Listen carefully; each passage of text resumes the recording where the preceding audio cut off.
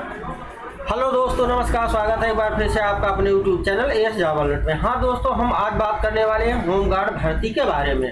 तो जैसा कि आप लोग जानते हैं, 18 नवंबर को नोटिफिकेशन आज जारी कर दिया गया है। फॉर्म भरना स्टार्ट होगा, तो उसी पूरा नोटिफिकेशन को हम दिखाएंगे, पूरा बताएंगे और पूरे नोटिफिकेशन को हम समझाएंगे। दोस्तों, आप यूपी में अगर रहते हैं, किसी भी जिले के निवासी हैं, तो आप लोगों के लिए महत्वपूर्ण सूचना है और ये नोटिफिकेशन आपको देखना है। पूरा नोटिफिकेशन पढ़ेंगे, देखेंगे, समझेंगे, तभी आपको पूरी जानकारी मिलेगी। तो हम इस पूरी नोटिफिकेशन के बारे में बताते हैं। चलिए देखते हैं क्या है। हाँ, इस चैनल को हमारे पहली बार आप देख रहे हैं तो जरूर सब्सक्राइब कर लीजिए, क्योंकि हम आप लोगों के लिए नई से नई जानकारियाँ, हमसे संबंधित जानकारी लेकर के आते रहते हैं। तो हमारे साथ बने रहिए, जुड़े रहिए, पूरा वीडियो जरूर देखिएगा। दोस्तों, उम्मीद है जानकारी बहुत अच्छी लगेगी आपको, तो बने रहिए, जुड़े रहिए। चलिए देखते हैं कि क्या है नोटिफिकेशन में। तो यहाँ पर देख सकते हैं, उत्तर प्रदेश सरकार, उत्तर प्रदेश पुलिस भर्ती एवं प्रबंधन बोर्ड, यहाँ पर जो सूचना या विज्ञप्ति जारी की गई, यहाँ पर देख सकते हैं, ये 18 नवंबर 2025 को जारी की गई है। ठीक, यहाँ पर देख सकते हैं टोटल जो पद दिया गया है, यहाँ पर 41,424 पोस्ट दिए गए हैं। अब यहाँ पर टोटल ये जो PDF है दोस्तों, ये 41 पेज का है। तो 41 पेज पूरा पढ़ के हम बता नहीं, आपको टमाटी आंकड़ा हम आपको बताते हैं। तो यहाँ पर दिया गया, उक्त रिक्त पदों पर एनरोलमेंट हुए होमगार्ड को ड्यूटी के लिए बुलाए जाने पर शासन द्वारा समय समय पर निर्धारित ड्यूटी भत्ता दिया जाएगा। वर्तमान में प्रतिदिन ड्यूटी पर उपस्थित करने पर 600 रुपया ड्यूटी भत्ता तथा राज्य सरकार द्वारा समय समय पर देय महंगाई भत्ता निर्धारित है। इस चीज को आप समझ गए होंगे।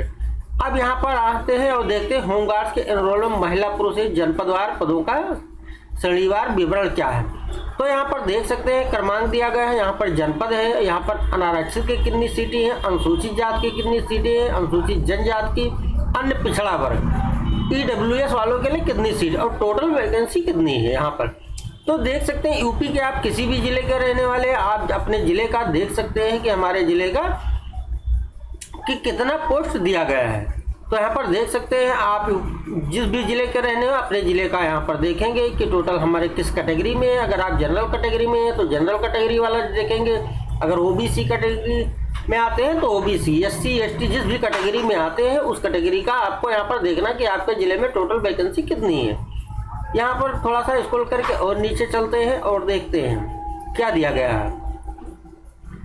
यहाँ पर देख सकते हैं होमगार्ड के एनरोलमेंट है जनपदवार पदों के सापेक्ष क्षैतिज या हॉरिजॉन्टल आरक्षण का विवरण कुछ इस तरह से बताया गया है। आप देख सकते हैं स्वतंत्रता संग्राम सेनानी 2%, भूतपूर्व सैनिक 5%, महिला को 20%। अब यहाँ पर आपके जनपद का नाम, रिक्त की संख्या, किसको कितना आरक्षण मिलेगा, यहाँ पर आप देख सकते हैं। आप अपने जिले के अनुसार चेक कर सकते हैं।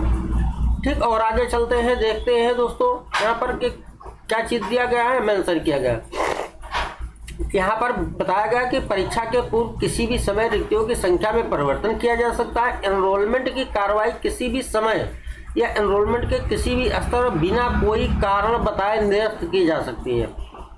पात्रता इसमें क्या दिया गया, ये देख, शारीरिक व मानसिक दोष से युक्त तथा दिव्यांग व्यक्ति होमगार्ड के पदों पर एनरोलमेंट के लिए पात्र नहीं होंगे। ठीक है, यहाँ पर देख सकते हैं होमगार्ड के पदों पर एनरोलमेंट के लिए आवश्यक अभ्यर्थी उस जनपद का मूल निवासी होना चाहिए जिस जनपद के रिक्त के सापेक्ष आवेदन किया जा रहा। मतलब ऐसा नहीं है कि आप दूसरे जिले में अप्लाई करें, आप जिस जिले के रहने वाले हैं उसी जिले में आपको अप्लाई करना है।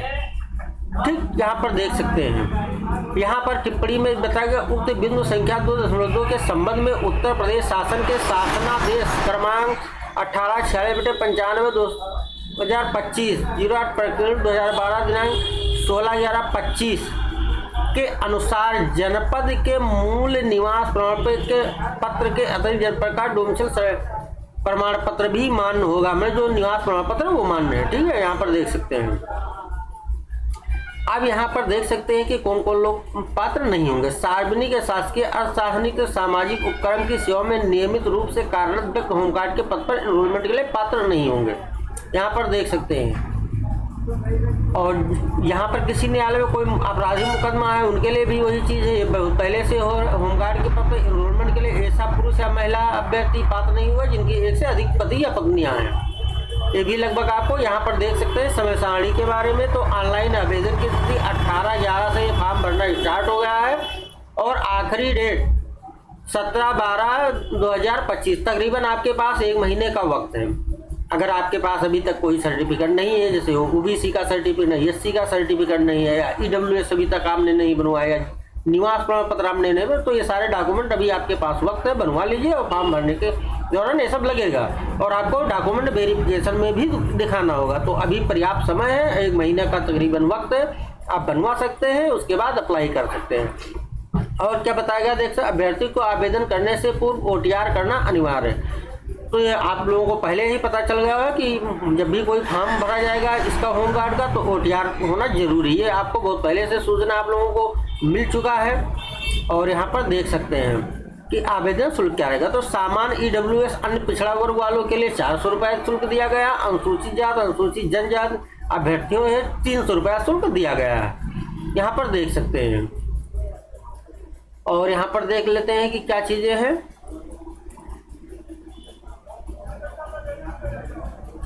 शैक्षिक योग्यता में यहाँ पर देख सकते हैं कि होमगार्ड के एनरोलमेंट अभ्यर्थियों की शैक्षिक योग्यता भारत में विधि द्वारा स्थापित बोर्ड द्वारा 10वीं कक्षा उत्तीर्ण अथवा उत्तर प्रदेश सरकार द्वारा मान्यता प्राप्त उसके समकक्ष अर्हता होनी चाहिए। माध्यमिक शिक्षा परिषद उत्तर प्रदेश व हाई स्कूल के समकक्ष मान्यता प्राप्त विभिन्न परीक्षाओं या संस्थाओं द्वारा संचालित परीक्षाओं को इस नियमित हाई स्कूल के समकक्ष स्वीकार किया जाएगा। ठीक है, अगर हाई स्कूल पास होना अनिवार्य है। यहाँ पर देख सकते हैं।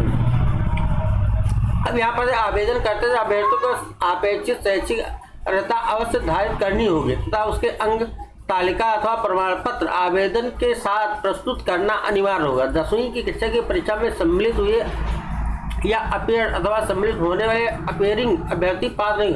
अगर इस बार आपका 10वां है और तो भी आप नहीं करते, आपके पास कम से कम वो प्रमाण पत्र होना चाहिए, आपने वो हाई स्कूल पास कर लिया हो। ठीक है, तो ये देख सकते हैं। और क्या चीज़ें दी गई हैं यहाँ पर देख सकते हैं कि अधिमानी अर्हताएं जो है, सी प्रमाण पत्र धारक को 3 अंक प्रदान किया जाएगा, बी प्रमाण पत्र धारक को 2 अंक पर दिया जाएगा, ए प्रमाण पत्र धारक को 1 अंक दिया जाएगा। अगर भारत स्काउट एवं गाइड प्रमाण पत्र धारक है तो उसको 1 अंक अतिरिक्त दिया जाएगा। यहाँ पर देख सकते हैं। और देख लेते हैं नीचे, अभ्यर्थी द्वारा 4 पहिया वाहनों के वैध ड्राइविंग लाइसेंस धारक होने की स्थिति में अधिमानी अर्हता में दिए गए अंकों के साथ 1 अंक पृथक से प्रदान किया जाएगा। मतलब अगर आपके पास डीएल है 4 पहिया वाहन का, तो आपको 1 अंक एक्स्ट्रा प्रदान किया जाएगा। आयु सीमा की बात करें तो यहाँ पर देख सकते हैं होमगार्ड के एनरोलमेंट अभ्यर्थी की आयु दिनांक 1/7/2025 को कम से कम 18 वर्ष एवं अधिक से अधिक 30 वर्ष होनी चाहिए। अब समझ गए, मतलब जो फॉर्म जब भरा जाएगा उसमें कम से कम 18 साल और वो 1/7/2025 को काउंट किया जाएगा। और उसके बाद में 30 साल मैक्सिमम एज होनी चाहिए। यहाँ पर देख सकते हैं अभ्यर्थी अर्थात अभ्यर्थी का जन्म 1/7/1995 से पूर्व तथा 1/7/2007 के बाद नहीं होना चाहिए। ठीक, ये देख सकते हैं। अभी इसमें जो छूट आएगा उसको भी देख लेते हैं। अन्य पिछड़ा वर्ग, अनुसूचित जात, अनुसूचित जनजाति और ऐसी अन्य श्रेणियों के अभ्यर्थी केवल उत्तर प्रदेश के मूल निवासियों के लिए अधिकतम आयु सीमा में छूट अथवा शासन द्वारा प्रदत्त नियमों शासनादेशों के निहित प्रावधानों के अनुसार अनुमान होगी। अब यहाँ पर देख सकते हैं कि श्रेणीवार किस तरह से ईडब्ल्यूएस सामान्य श्रेणी कब से 1/7/95 से 1/7/2007 तक ही ये लोग फॉर्म भर पाएंगे, इनके बेस में अगर डेट है। अनुसूचित जात के लिए 5 वर्ष की छूट दी गई है। 1/7/90 से लेकर 1/7/2007 के बीच के जन्मतिथि होनी चाहिए। अनुसूचित जनजाति के श्रेणी में 5 वर्ष की छूट है। 1/7/90 से लेकर 1/7/2007 के बीच में उनकी आयु सीमा होनी चाहिए। अब यहाँ पर अन्य पिछड़ा वर्ग के लिए भी 5 साल का छूट दिया गया है। 1/7/90 से 1/7/2007 तक मान्य है। इस तरह से आप देख सकते हैं कि आपको कितने, तो आप देख सके कि एससी, ओबीसी, एसटी इसको 5 साल का छूट दिया गया है। चरित्र के लिए बताया गया अभ्यर्थी द्वारा चरित्र हिस्सा होना चाहिए। होमगार्ड के एनरोलमेंट सभी प्रकार के से उपयुक्त नियुक्ति प्राधिकारी द्वारा इस संबंध में अपना समाधान किया जाएगा। यहाँ पर देख सकते हैं। लिखित परीक्षा किस तरीके की होगी वो भी बताया जाए। ऐसे अभ्यर्थी जिनके आवेदन सही पाए जाएंगे उनसे लिखित परीक्षा में सम्मिलित होने की अपेक्षा की जाएगी। इस लिखित परीक्षा में निम्न विषय का एक वस्तुनिष्ठ प्रकार का प्रश्न पत्र होगा। आप यहाँ पर देख सकते हैं सामान्य ज्ञान प्रश्नों की संख्या 100 होगी, कुल अंक 100 होगा, समय 2 घंटा होगा। प्रत्येक प्रश्न के लिए एक अंक निर्धारित है, ये देख सकते हैं। अब यहाँ पर एक चीज़ और मेंशन की गई है, देख सकते हैं कि लिखित परीक्षा में 25% से कम अंक प्राप्त करने वाले अभ्यर्थी या एनरोलमेंट के लिए पात्र नहीं होंगे। ठीक, यहाँ पर देख सकते हैं। और यह लिखित परीक्षा OMR आधारित परीक्षा प्रणाली के अनुसार संपूर्ण, मतलब इसमें जो कंप्यूटर बेस्ड परीक्षा नहीं होगा, ये OMR सीट दिया जाएगा, उसमें आपको मेंशन करना है अपने आंसर को।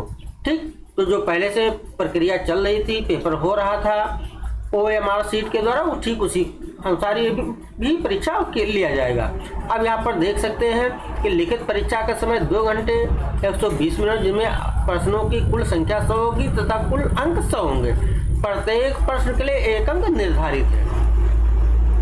अब यहाँ पर और भी नीचे देख लेते हैं कि क्या दिया गया है। यहाँ पर दिया गया प्रत्येक प्रश्न के लिए 4 विकल्पों में से चयनित उत्तर के लिए OMR उत्तर पत्रक पर केवल एक गोले को ही पूरी तरह नीले या काले बाल पेन से भरा जाएगा। ठीक है, यहाँ पर देख सकते हैं कि नीला या काला पेन आपको लेके जाना है। ठीक है, और कोई भी प्रकार का अन्य साधन नहीं लेके जाना है। और यहाँ पर देख लेते हैं क्या चीज़ें हैं, और थोड़ा सा नीचे आते हैं और देखते हैं क्या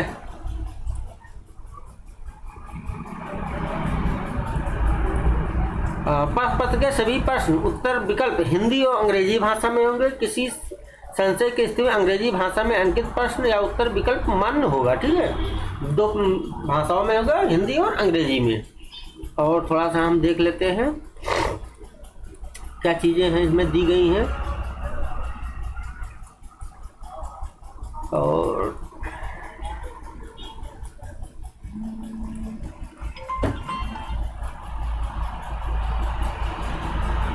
हाँ, यहाँ पर देख सकते हैं शारीरिक मानक परीक्षण में क्या है, पुरुष अभ्यर्थियों के लिए न्यूनतम शारीरिक मानक निम्नवत है, जिससे ऊंचाई एक ऊंचाई का सामान्य व अन्य पिछड़े वर्ग या अनुसूचित जातियों के पुरुष अभ्यर्थियों को न्यूनतम ऊंचाई 168 सेंटीमीटर होना चाहिए। अनुसूचित जनजाति के पुरुष अभ्यर्थियों के लिए न्यूनतम ऊंचाई 160 सेंटीमीटर होनी चाहिए।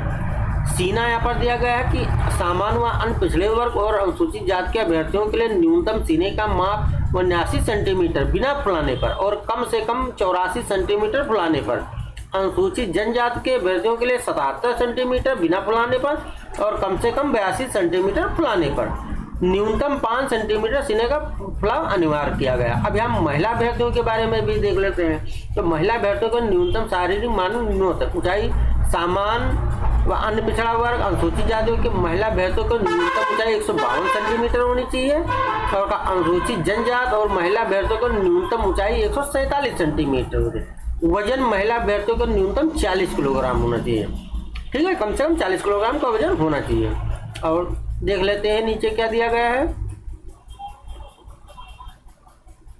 यहाँ पर देखते हैं शारीरिक दक्षता परीक्षण। अभिलेखों की समीक्षा एवं शारीरिक मानक परीक्षण में जनपदवार सफल पाए गए अभ्यर्थियों के शारीरिक दक्षता परीक्षा में सम्मिलित होने की अपेक्षा की जाएगी जो कार्य प्रकृति की होगी। इस शारीरिक दक्षता परीक्षा में अर्ह होने के लिए पुरुष अभ्यर्थियों हेतु 4.8 किलोमीटर की दौड़ 28 मिनट में पूरी करनी होगी। यहाँ पर देख सकते हैं अभ्यर्थियों को 4.8 किलोमीटर की दौड़ 28 मिनट में पूरी करनी होगी और महिला अभ्यर्थियों को 2.4 किलोमीटर 16 मिनट में पूरी करनी होगी। यहाँ पर देख सकते हैं वह अभ्यर्थी जो 20 समय के भीतर दौड़ पूरी नहीं करते एनरोलमेंट में पात्र नहीं होंगे तथा उसी स्तर पर एनरोलमेंट की चयन प्रक्रिया से बाहर हो जाएंगे। और देख लेते हैं क्या चीज दिया गया है।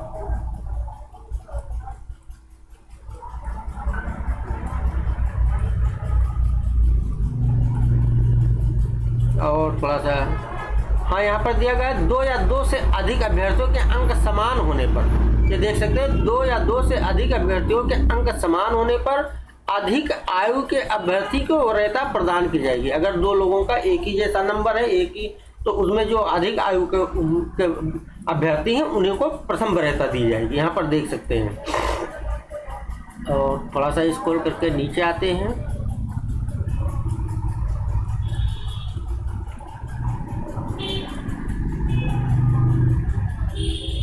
यहाँ पर देख सकते हैं जात प्रमाण के पत्र के बारे में बताया। अनुसूचित जात यहाँ पर देख सकते हैं अधिकतम आयु सीमा में 5 साल छूट दिया है। जात प्रमाण पत्र लगेगा। जात प्रमाण पत्र देने वाले सक्षम अधिकारी, ये लगभग आप सब लोग जानते हैं, जात प्रमाण पत्र, निवास प्रमाण पत्र। और यहाँ से आगे चलते हैं हम और देखते हैं अधिकतम आयु सीमा में ऐसे अभ्यर्थियों जिन्होंने विभिन्न श्रेणियों में आने के कारण आयु सीमा छूट की पात्रता है, उन्हें केवल उसी श्रेणी के आधार पर आयु सीमा में छूट प्रदान की जाए जिन्होंने आयु सीमा अधिकतम आयु की अनुमान्यता है। यहाँ पर दिया गया है, नोट में मेंशन किया गया है।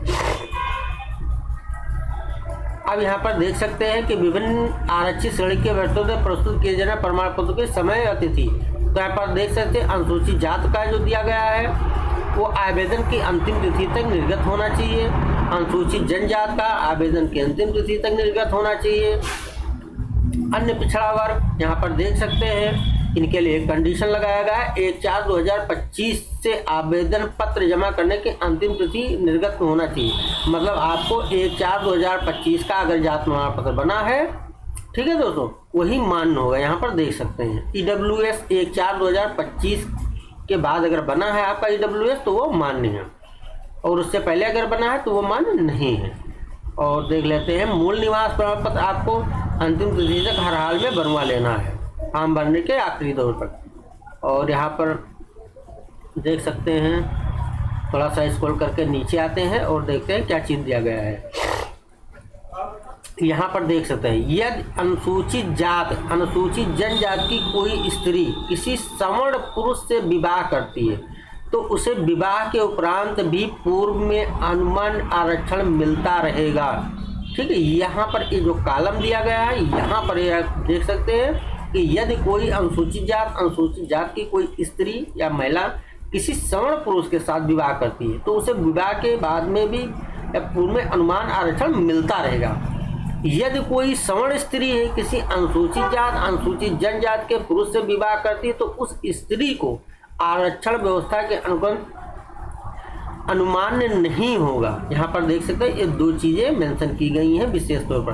अगर कोई स्त्री ऐसी है जो अनुसूचित जनजात की और सवर्ण पुरुष से अगर शादी करती है तो उसको आरक्षण मिलेगा, और अगर कोई सवर्ण महिला किसी अनुसूचित जात से शादी करती है तो उसको आरक्षण का लाभ नहीं मिलेगा। यहाँ पर देख सकते। और यहाँ पर एक चीज मेंशन की गई है, देख सकते हैं, गोद लिए जाने के फलस्वरूप संबंधित बच्चा गोद लेने वाले व्यक्ति की अपनी संतान स्वरूप हो जाता है।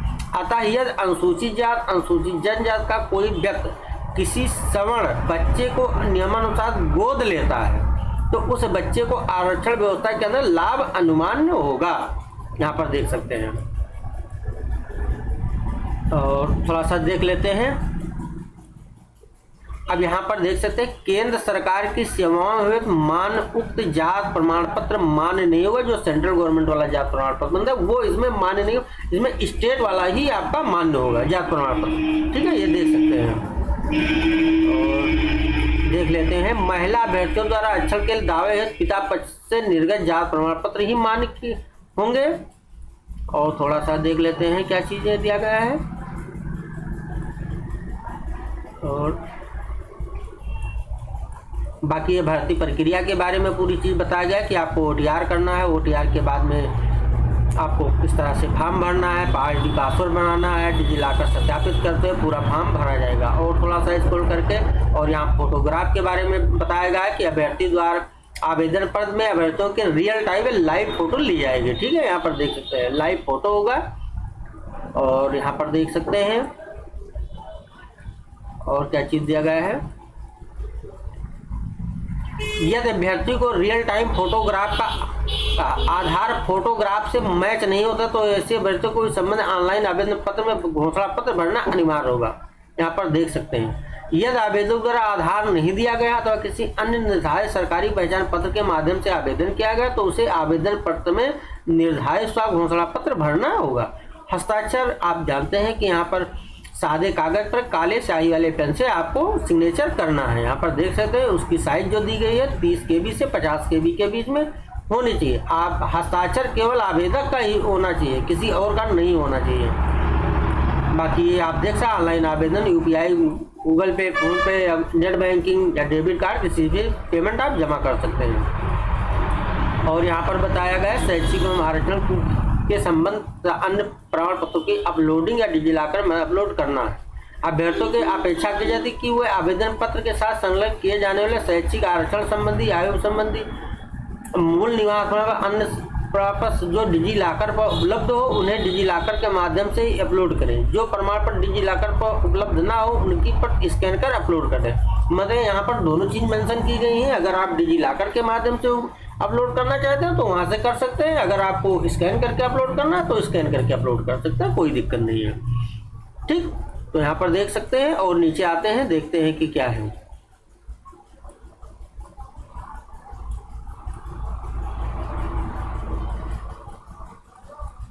बाकी ये सारी चीज़ें आपको अपने हिसाब से पूरा पढ़ना है, देखना है। वीडियो लंबा हो जाएगा दोस्तों, तो इसलिए हम बहुत ज़्यादा इसमें नहीं बताएंगे। आप पूरा PDF अपने हिसाब से एक बार पढ़ लीजिएगा, देख लीजिएगा। फिर मिलेंगे किसी नेक्स्ट वीडियो में, तब तक के लिए जय हिंद, जय भारत दोस्तों।